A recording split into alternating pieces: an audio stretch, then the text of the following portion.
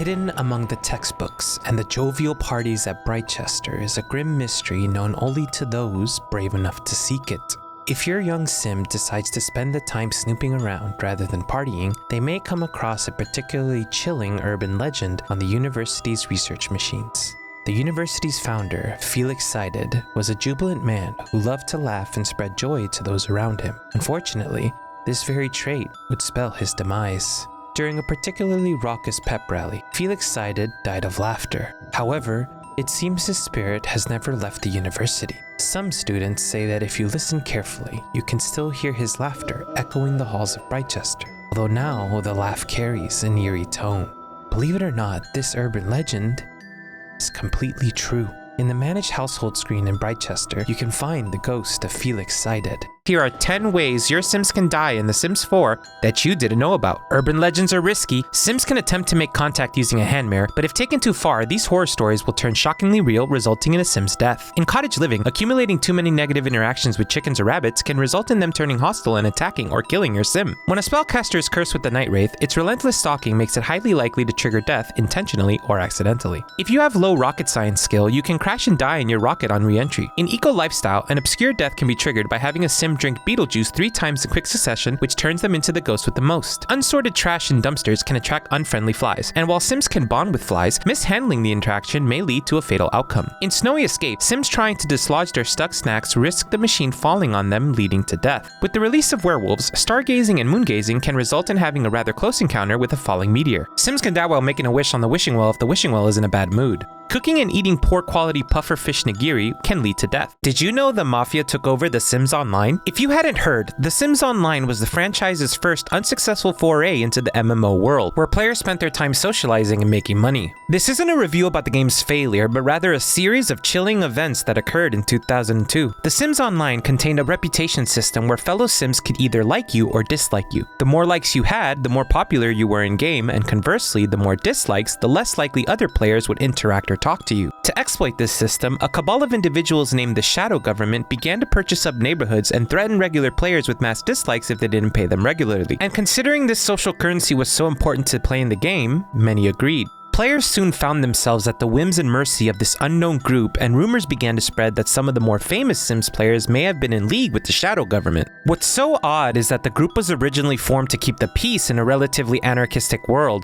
But much like real life, good intentions eventually got corrupted. You never quite know how low people will stoop for fame. I was wrong about Olive Spectre, and here's why. In one of my earliest videos, I mused about Olive Spectre from The Sims 2, painting her as a femme fatale who took out her exes to captivate the attention of her true lover, the Grim Reaper. But diving deeper into Olive's character across Sims 3 and 4, a different story emerges. With traits highlighting her commitment phobia, her allure, and her serial romantic tendencies, she's hardly the picture of someone desperately in love. Could it be that it's the Grim Reaper who's actually pining for her attention? Think about it. Olive, a charismatic yet free-spirited individual, finds her partner's consistently meeting untimely ends, all thanks to a shadowy suitor from the afterlife. But what about Nerva's subject, her supposed child with the Grim Reaper? The answer, like most paternity tests, lies in genetics. Olive, and in fact her entire family, are dark-skinned. The Grim Reaper has no genetics that pass on to his children, so it would be literally impossible in The Sims for Nervous to be light-skinned. It's clear then that Nervous couldn't possibly be the offspring of the Grim Reaper, and Olive is not a killer. But then who's Nervous's father? Here are 10 things you didn't know about Count Vladislav Strahd IV, or Vlad from The Sims 4. Vlad's sim design resembles John Carradine's Count Dracula from the 1945 film House of Dracula. Vlad's dark form is an homage to Count Orlok from the 1922 film Nosferatu. Vlad's first name is a reference to the real-life Vlad the Impaler, whose gruesome killing earned him the nickname Dracula. His last name, Strahd, is an homage to Strahd von Zarovich, Dungeons & Dragons' original vampire daddy. In Forgotten Hollow, there's a statue of Vlad I in the Central Park because Vlad is actually the town's founder. Vlad simply adds to his titles as the years progress to not give away his vampire heritage. Curiously, spellcasters can burn that statue down with the Inferniate spell, which is of course a reference to how vampires meet their doom. Believe it or not, Vlad was not the only founder. He arrived with 25 other Sims that mysteriously disappeared. Child Sims sometimes get nightmares of Vlad hiding in the shadows. Vlad has a feud with the nearby Vitor siblings. When asked, the Vitor siblings simply mention a difference in their culinary tastes. If you invite Vlad into your home, he will routinely visit unannounced from then on. Did you know Bonehilda has a sister? and you've probably met her. In the Sims 4 Paranormal Stuff Pack, we're introduced to Temperance. Temperance is an antagonistic ghost that appears in haunted houses on the 5th night, where she'll cause mayhem and destruction across your lot. Gaidri, your spectral host, can give you an idol that will distract and ward off Temperance, but surprisingly, it's only Bonehilda that can defeat her. If Bonehilda is active on your lot when Temperance appears, she'll get into a physical fight with her and win, causing Temperance to leave the lot for good. But why? In the My Wedding Stories pack, it's revealed Gaidri and Temperance had a romance until he left her to pursue her sister. In fact, Gaidri refers to Temperance's sister as your calcium-rich sister. What's high in calcium? Bones. Temperance glows red, which indicates death from anger. The fact that Temperance and Bonehilda come into blows when they see each other is proof that Bonehilda and Temperance have an ongoing feud and that these two are, in fact, sisters. Gaidri and Bonehilda had an affair, and Temperance was so angry she died of rage, vowing to haunt Gaidri for eternity. How much do you know about the specters from The Sims 4? Spend some time in a haunted house and you're likely to come across these adorable spirits, but there's actually a lot to them. First and foremost, the specters' colors are actually an indicator of their personality and of your house's serenity. Green specters are friendly and indicate your haunted house is peaceful. Blue specters are gloomy and can either be nice or mean depending on their mood. Red specters appear when your serenity is low and will terrorize your Sims and set fire to your house. But there's one more type of specter. There's a 1% chance that a rare yellow specter will spawn. This cute spectacled specter is named Dina and is a reference to Tina from Bob's Burgers. Interacting with any specter gives you the options to either commune with them or sell your soul. Offering your soul will certainly sway the specters towards friendliness, but at the cost of your mood and some lifespan. As a result, the specters may yield soul scraps or soul sips. Soul scraps can be randomly dropped by specters and will restore your stolen lifespan if you eat them. Spectral sips come in bronze, silver, and gold and give you random skill levels depending on the quality. Honestly, I wanted this video to be spooky, but these things are just so freaking adorable. Did you know you can woohoo with these 10 occult Sims in The Sims 4? You can do the robot with Servo, a reoccurring character in the Sims franchise. Just don't ask me how that functions. Sims with the Child of the Islands trait can summon unique spirits called elementals that, if added to your household, can be woohooed. Most Simmers know about the tragic clown that's summoned by interacting with its portrait, but most never try to honk his horn and turn that frown upside down. Your haunted house mentor Gaidri can be romanced, furthering his trifling history. If that wasn't bad enough, Bonehilda, Gaidri's true love, can also be boned. You can purchase Patchy the Straw Man in build by mode and awaken him to have a role in his hay, unlocking his outfit in the process. If you track him down, you can romance and woohoo the elusive Moonwood Mill werewolf Greg, but beware, he's a tough nut to crack. The Flower Bunny can be invited to your house to frolic and hunt eggs, and you can turn that frolic into fornication rather quickly. No, they don't take off the suit. During Winterfest, Father Winter appears at night bearing gifts, and if you play your cards right, you can get quite the package from him. You can woohoo the Grim Reaper, but he only comes by if someone dies, so unless it happens naturally, you'll need to pull an Olive Spectre to get him to show up. How much do you know about the werewolves of Moonwood Mill? Although the only way to become a werewolf in The Sims 4 is to be bitten by a werewolf, that's not actually how a majority of the existing werewolves receive their powers. Moonwood Mill has long been locked in a power struggle between two groups, the Wildfangs and the Moonwood Collective. The Wildfangs embrace their fury while the Collective try to subdue it. But how did these groups come to be? Early on in Moonwood's history, a group of spellcasters from the magic realm sought to harness the attributes of their loyal wolf companions. Gregorius and Avina Lovnik, Maria Volkov, and Yina Kai performed a highly unstable spell from the Untamed School of Magic atop Moonwood Mill's Howling Point and caused an overload that transformed them into the first werewolves and imbued Lake Lundvik with lunar energy. The newly born werewolves, called Mooncasters, quickly reached a disagreement on what it meant to exist with these new powers. Greg sought to push the limits of fury, while Maria aimed to control its power. Their disagreement eventually led to the formation of the dueling packs, and the two groups have battled for control of Moonwood Mill ever since. What became of the Mooncasters, however, is a story for another video. Did you know The Sims 4 is hiding a murder mystery in plain sight? In San Myshuno, there's an unassuming low-end apartment that bears a curious description. This place is incredibly suspiciously cheap.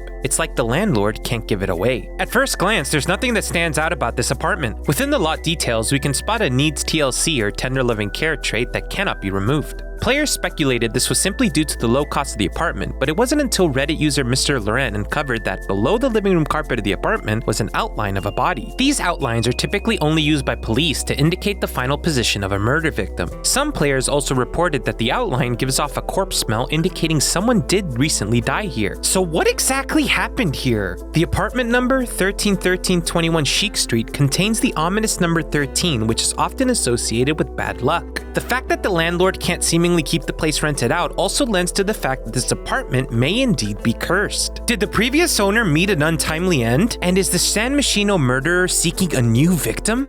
The Sims 3 had the single most terrifying creature ever, and you probably didn't think twice about it. In the Generations expansion pack, often regarded as the best Sims 3 expansion, EA introduced imaginary friends. Sims first meet their imaginary friends as babies with a notification about a long-lost relative sending you a special doll. The doll itself is freaky enough, but for all intents and purposes, it's just a doll that your Sim can play with. Until you put it on the floor, that is. Once it's out of your inventory, the doll will begin to randomly teleport around the house as if it has a mind of its own. Play with your doll enough and it will become sentient. The imaginary friend takes on all the personality traits and quirks of their owners, can only be seen by their owners, and will grow up alongside them, even becoming a real person when the Sim becomes an adult if they build a strong enough relationship with it. However, imaginary friends might not be as innocent as they first may seem. Imaginary friends can become extraordinarily possessive, hating anyone their owner interacts with, and will bother or prank them on occasion. Anyone who's watched Megan or Chucky might understand exactly how spine-tingling these dolls truly are. Did you know about the time one corrupted doll haunted the entire Sims community? In June 2010, a piece of custom content was uploaded to The Exchange, the official EA-affiliated Sims 3 site for creators, called Girl Doll Dressed. The CC was fairly unassuming, being a retextured version of the teddy bear item. The CC was made by a fairly reputable creator and no one batted an eye, until the doll began to appear in people's games who had not installed the mod. Suddenly, the Sims 3 community found themselves in a panic as reports began to flood in about this mysterious doll appearing in their saves. So how did this happen? Was the CC a Trojan or perhaps an actual ghost?